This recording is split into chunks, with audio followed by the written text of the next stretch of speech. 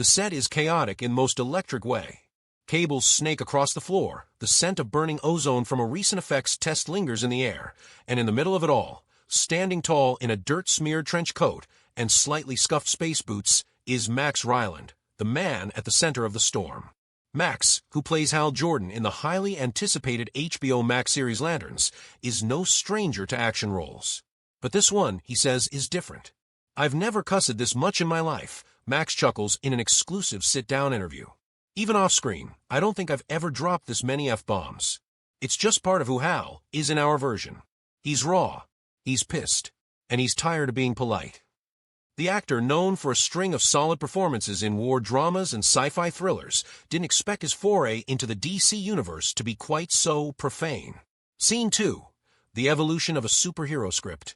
According to the show's head writer and showrunner, Layla Carmichael, the gritty tone was always intentional. "When we started sketching out Lanterns, we wanted something that lived in the same emotional space as True Detective and The Boys. Hal Jordan's not a squeaky clean poster boy anymore. He's seen things. Done things. This is post-Parallax Incident, post-everything. He's been burned," Carmichael explains. The result? A script littered with expletives, and not just for shock value. Each one, she insists, is earned. Hal's arc demanded that he be unfiltered, and Max brought that energy from the first table read. Scene 3. The F-bomb as character development. To some viewers, a superhero cussing might seem like an edgy gimmick, but Max Ryland sees it differently. "It's not just swearing to swear," he says. "It's an emotional release. When Hal watches an entire sector implode and screams F at the stars, it means something. That moment wouldn't hit the same if he said dang or gosh darn it. You'd laugh, and that's not the point." Ryland admits he was initially surprised by the amount of cursing. "I actually asked Layla, do we need this many? She said, count how many times you cursed during rush hour. Then ask me again. I got the point." Scene 4. Fans react before seeing a single frame. As teasers dropped, fans picked up on the rougher dialogue almost immediately.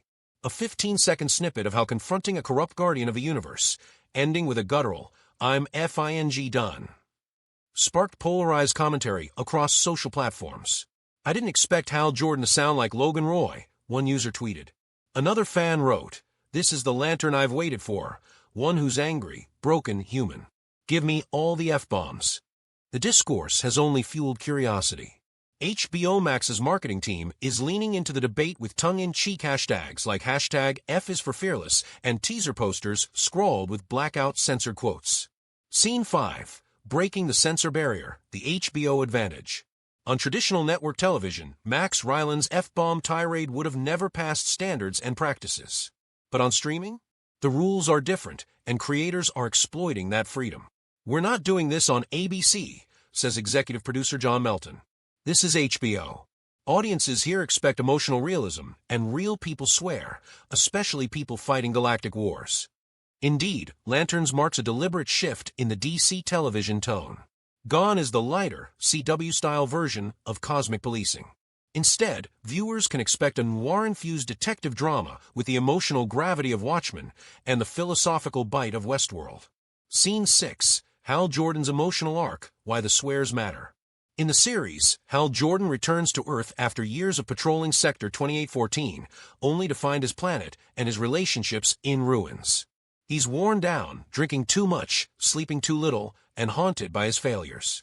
In the pilot alone, Ryland reveals Hal loses someone he loves, nearly dies, and discovers an intergalactic conspiracy. And he hasn't even had breakfast yet. The tone mirrors his psychological state. The F-bombs, Ryland argues, are simply a symptom of a man unraveling and rebuilding. "You'll notice he swears less as the season progresses," he teases. "It's subtle but deliberate. His language evolves as he begins to regain control." Scene 7. The F-word in context, Hollywood's long history of profanity. Max Ryland's linguistic liberty may seem shocking, but Hollywood has slowly moved toward more realistic language in adult-themed dramas. Critics point to Al Pacino's tirades in Scarface or Samuel L. Jackson's iconic monologues in Pulp Fiction as pivotal moments in the evolution of on-screen swearing. Now, in a golden age of television that embraces complexity and moral ambiguity, swearing is no longer taboo, it's character expression. TV used to be afraid of real talk, says media analyst Dr. Karina Hill. Now it's a selling point. Scene 8, the censorship debate, where's the line? Still, not everyone is celebrating the verbal liberation. Advocacy groups such as Clean Media Alliance have raised concerns. Kids see superheroes as role models, says group spokesperson Daniel Reeve. What message are we sending when they drop F-bombs every other scene? HBO Max responded with clear content ratings and episode warnings. But for creators, the backlash misses the point. Not all heroes are for kids, Layla Carmichael states plainly. Some are for adults navigating a world that's falling apart. Hal is one of those. Scene 9. Co-stars react, Max the Madman. Max's co-stars have enjoyed watching his unrestrained performance.